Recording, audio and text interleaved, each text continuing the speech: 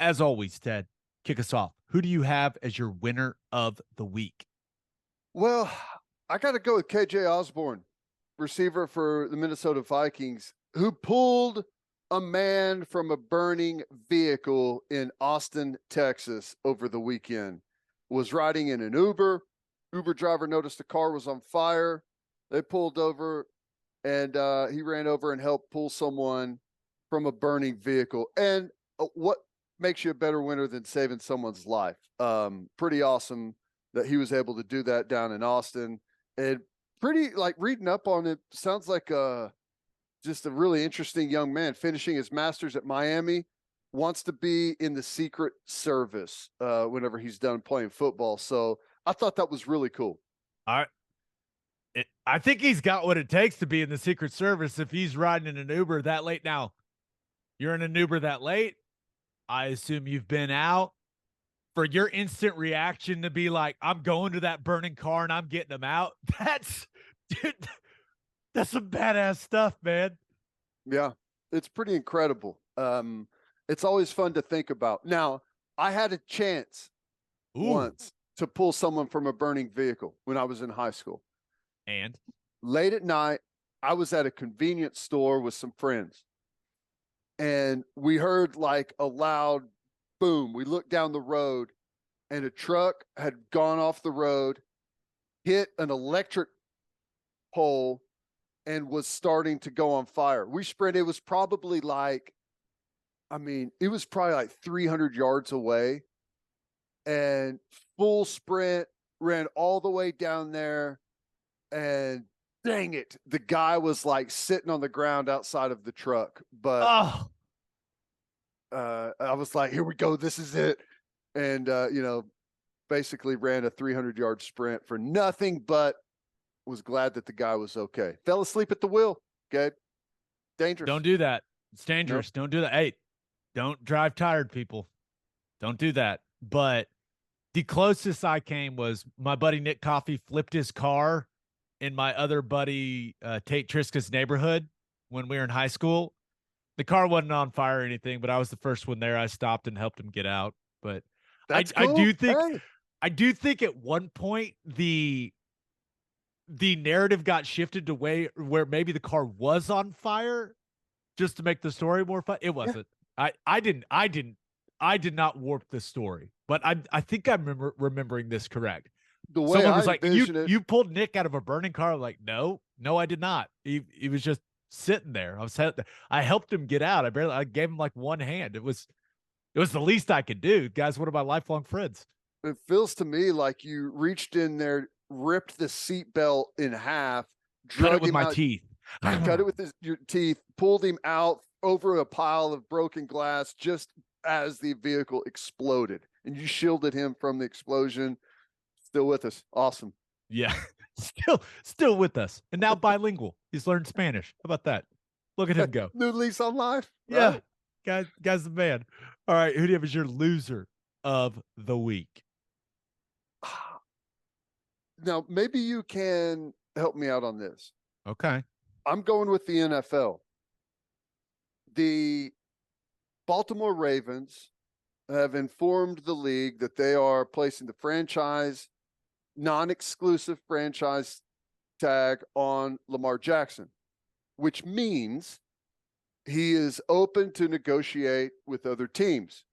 And shall other teams find a negotiation point, they have to compensate the Ravens with a couple of first rounders, but it's really quiet. There's a bunch of teams like immediately who said that they're not interested. They're in the quarterback market, but for some reason they're not interested in Lamar Jackson. This seems strange to me.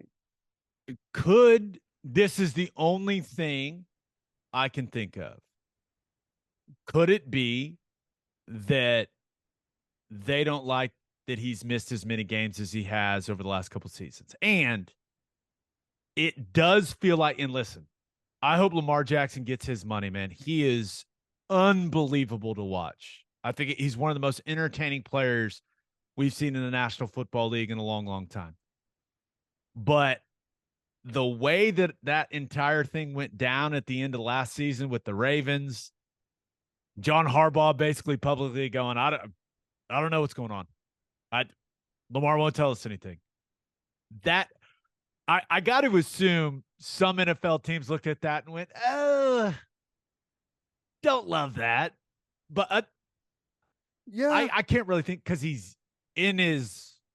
I mean, he's not even in his prime. He's still before his prime as a quarterback. Now, maybe in his prime when you can consider his athleticism and what he does with his legs, but this is a dude that was NFL MVP, and the Falcons are like, no, we're good with Desmond Ridder. I mean, are you kidding me? That's what I don't get. I understand if you look at the way that the season ended and the rift between Lamar Jackson and the Baltimore Ravens, but I mean, that is a contract negotiation situation. You're not going to have a contract negotiation situation if you're able to at least have a conversation and reach a deal that both sides agree on. And, I know that he's demanding an incredibly high price, but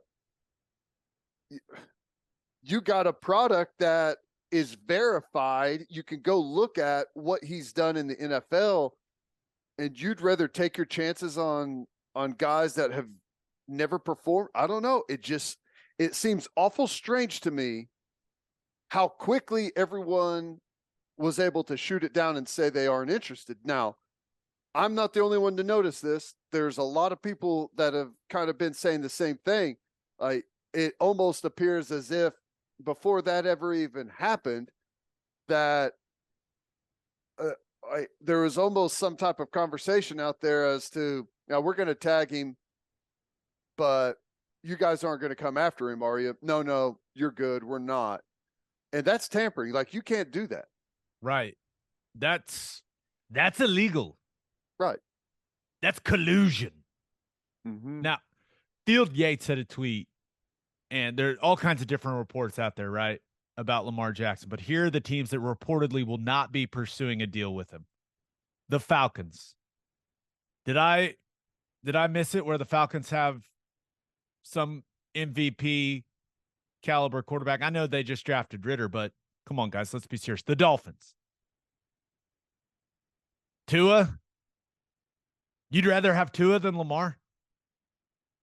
I know you don't want to give up on the guy, but man, the concussion part of all of that is, and I know he's taking, I think he's doing Taekwondo now. Nice. Jiu-jitsu, one or the other. Or no, it's judo. He's learning how to fall and not hit his head, which is great. Panthers aren't interested. I would say the 300-pound lineman that suplexed him to the ground had something to do with that, not just gotta learn to tuck the chin, Ted. He stumbled and fell and hit his head and needs to fix that. Okay. But that's good. Falcons, Dolphins, Panthers, Commanders, and Raiders. Raiders don't need a quarterback.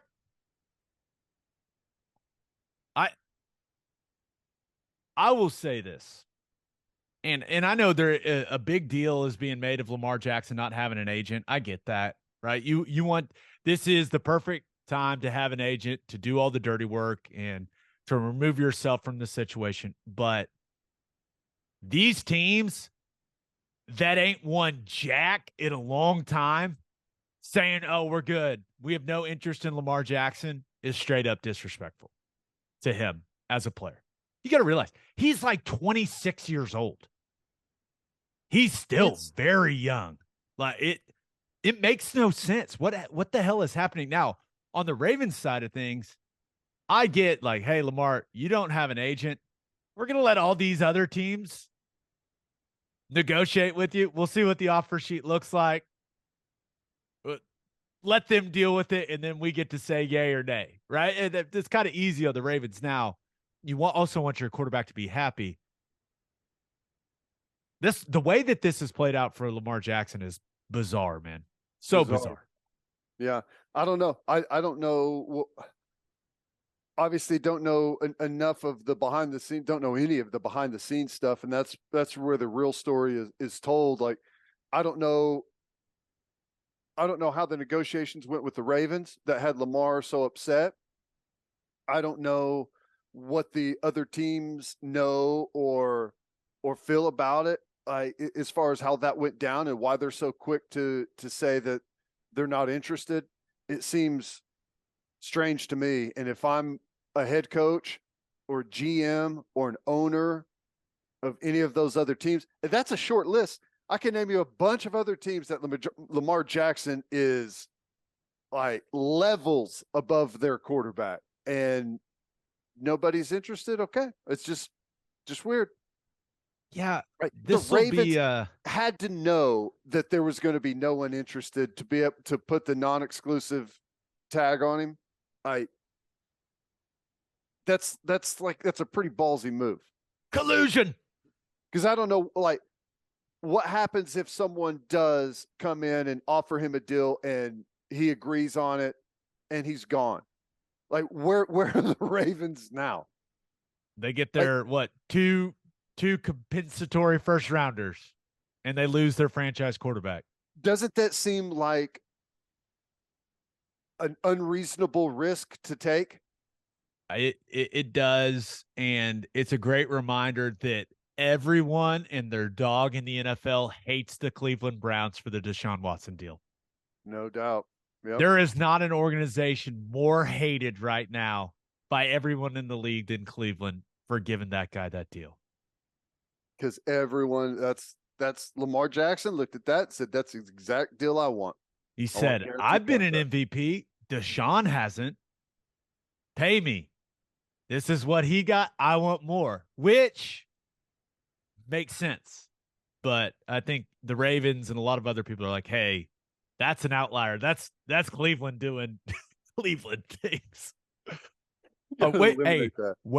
Wait till we talk about my loser of the week, and then it'll tie back into Lamar. But first, John Vance Auto Group has been serving Oklahomans for 40 years. Family owned and operated. They got 9 full service dealerships in Woodward, Miami, and Guthrie. No matter what your vehicle needs are, John Vance Auto Group has you covered. They carry domestic brands such as Ford, Lincoln, Chevy, Buick, GMC, Chrysler, Dodge, Ram, Jeep, and Wagoneer. John Vance Auto Group's goal is to give unequaled service and to exceed customers' expectations in every way, which is why they have their lifetime loyalty program. And here's how it works. Buy a new or used car from them. All you've got to do is get all of the manufacturer recommended maintenance done at the Vance dealership. And if something goes wrong with the components of your engine, transmission, drive, axle, or transfer unit, they will cover the repair costs. It's a great deal. You can browse their entire inventory or find the John Vance dealership near you at vanceautogroup.com. And First Fidelity Bank is a full-service financial institution based in Oklahoma with tailored solutions for all your personal and business needs. Checking accounts, saving accounts, home loans, and much more. They do it all. Whether it's online banking from your computer or mobile banking from your phone, everything is stress-free with FFB. Making mobile deposits, paying bills online, and moving money to different accounts could not be easier. People, make your life easier and go bank with First Fidelity Bank. Visit ffb.com for more information. All right, for my winner of the week, thought about going with Calvin Ridley. Welcome back to the NFL. Calvin, just a reminder, what was it, a $1,500 bet that cost him a little over $11 million in salary? The worst bet on planet Earth of all time. Unbelievable, but he's back, Ted. He's back to run some routes. That is so brutal, man. Oh, my God. $1,500 bet. If I remember, wasn't it like a stupid parlay? Something, yeah. What was it? How did he get busted on that? I think he used his name and like his email and everything. And the NFL screens all that stuff, like FanDuel and all that, like all that stuff.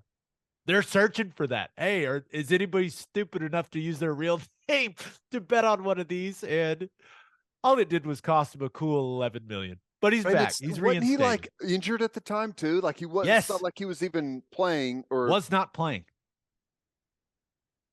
So bad.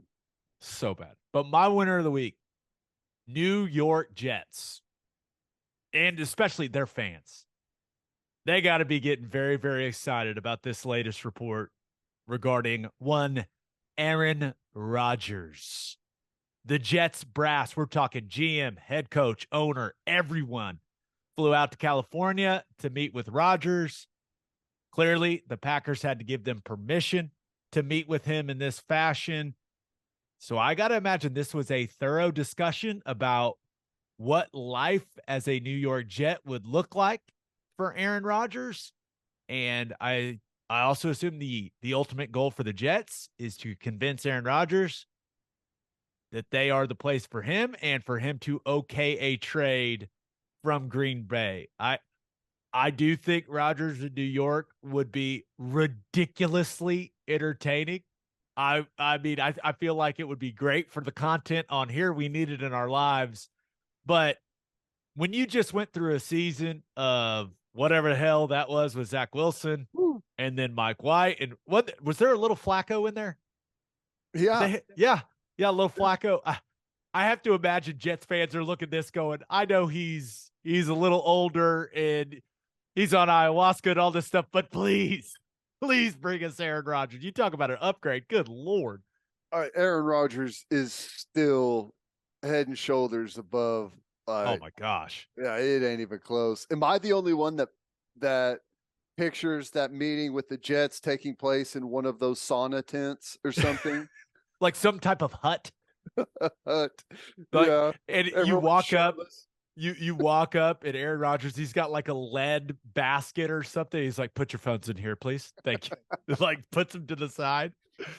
Yeah, I think it would be great. I think he's obviously still got plenty to offer. He's not the Aaron Rodgers he was 5 years ago. Everyone understands that, but he's still got incredible arm talent.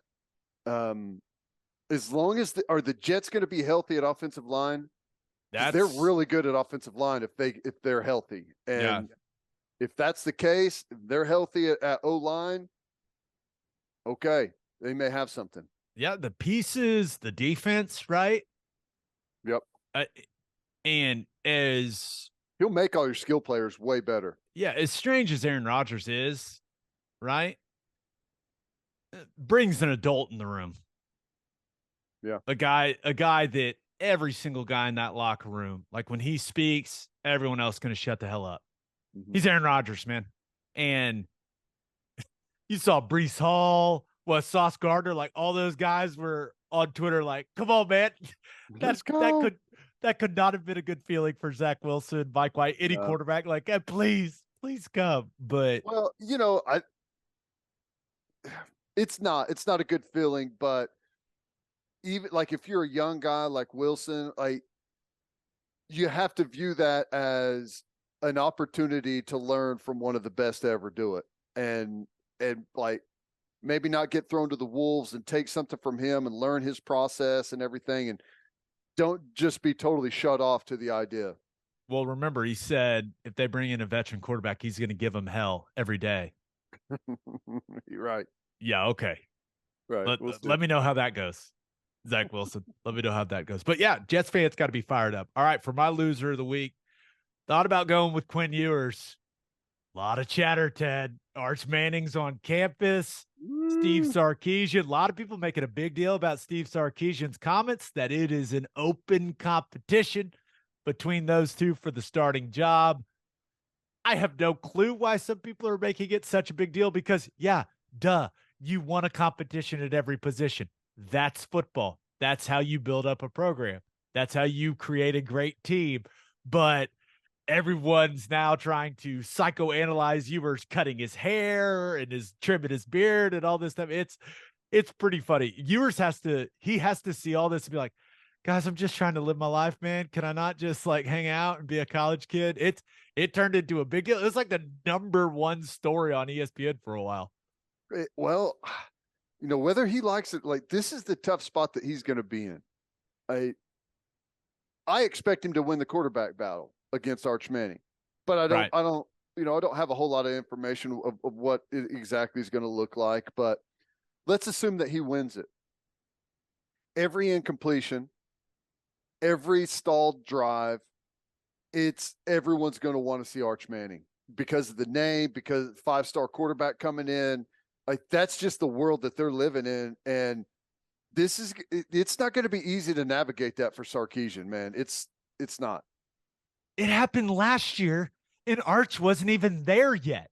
I know. When he was playing back, and Ewers, I was not overly impressed with Ewers last year. And listen, I know they beat OU 49-0. I get that. We're gonna have to hold that L for until next October. That's just how it works. Yep. But he had game. I thought he cost them some games. There are some games where I think if Sarkisian would have played Hudson Card, they'd probably win. Yep. And I did not think he played very well last season. And people were already said, well, at least Arch is coming next year. Now he's actually there. So all of a sudden, the pressure cooker is a whole different beast for Quinn Ewers. And we'll see how he responds to it, man. It's not an easy situation, but if you're built for it, if you're that dude, then you perform under these circumstances. That's the life of a quarterback. I expect Quinn Ewers to be a lot better than he was last year anyways, right? Just, that was his first year starting, right? And in college, banged up a little bit too. Yeah. In college, like those are years where you see guys make really big jumps in their ability. And you introduce Arch Manning to the mix. And I know like the cutting the hair and trimming the beard, like, I don't know how big the dude is feeling the pressure, and just being the guy and being the quarterback at Texas and having the NIL deal and the comfort that comes along with that is gone. And he's going to be having to prove himself every single day. And I think that whether or not he wins the job or maintains the job, I don't know, but I do think it's going to make him a much better quarterback. I'm with you. For the first time, he's going to have to really put a lot of effort in. I got a feeling it's not the last time we talk about the old QB battle at Texas. Daily.